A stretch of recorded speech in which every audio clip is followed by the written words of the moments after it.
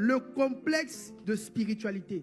Le complexe de spiritualité, ça on le trouve dans les églises évangéliques. Il y a un groupe de frères qui choisissent leurs femmes par le parler en langue. Ça dit on ne les plus longtemps. C'est que plus le bruit est bizarre. Il dit voilà, c'est là. C'est mon Jean qui est là.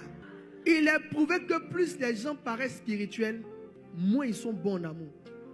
C'est pourquoi les pasteurs divorcent beaucoup.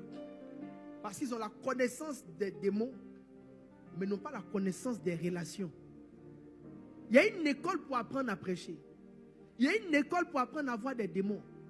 Il y a aussi une école pour apprendre à aimer. Si tu prends tes visions spirituelles pour un acquis, parce que je vois Dieu face à face, je fais tout bien, tu mens. Les relations, c'est deux gens trop spirituels qui sont ensemble en train de cheminer là. Ça ne marche pas. Hein? Quand un parle dit non, est-ce que tu sais ce que l'Éternel m'a dit? Est-ce que tu connais la profondeur de ma relation avec le Seigneur? Je marche avec des convictions. Ne te mets pas entre toi et mon Dieu. Ça là, ça détruit les cheminements. Tu n'as pas marié un esprit, tu as marié un homme. Quand tu as fini dans l'esprit là-bas, reviens sur la terre pour te comporter comme un homme avec un homme qui est devant toi. Les pasteurs sont généralement de très mauvais maris. Ils n'acceptent pas les reproches. Ils mélangent leur fonction de pasteur à leur fonction d'époux. Pour lui, comme c'est lui qui est le meilleur enseignant, il est le meilleur sachant. Tu peux savoir enseigner et ne rien savoir de l'amour. Ne rien savoir de comment est-ce qu'on traite une femme. Ne rien savoir du fait de savoir être bien avec une épouse. Un homme se marie à la lune de miel, il dit à sa femme, on va faire une veillée. Il faut qu'on prouve à Dieu qu'on l'aime. Il faut qu'on prouve à Dieu qu'on l'aime. Charnel, veillons jusqu'au matin. On s'est sanctifié jusqu'à aujourd'hui là.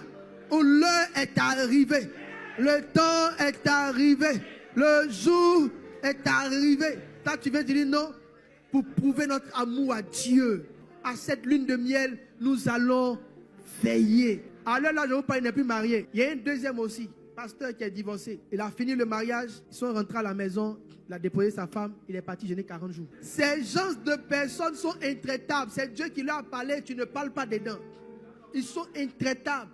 Ils ne prennent pas en compte la réalité humaine qui est à côté d'eux. Dieu lui a parlé. Aujourd'hui, là, il n'a pas son foyer. Un jour, sa femme lui a dit, je ne peux pas. Je ne suis pas venu marier quelqu'un que je ne vois pas. Si tu veux aller vivre au ciel, va. Elle a pris ses bagages, parti. Le grand apôtre m'a dit, quand tu vas, il ne faut pas trop durer, il faut sortir un peu de temps en temps. Tu sors, tu vas, tu fais un peu, tu sors. Venir faire quelques bisous câlins, tu repars. Tu ressors. Les hommes spirituels. L'argent rentre dans la famille. Non. N'utilisons pas l'argent pour le foyer. Consacrons-le à l'Éternel. Semons l'argent pour l'avancement de l'œuvre de Dieu. Car nous voulons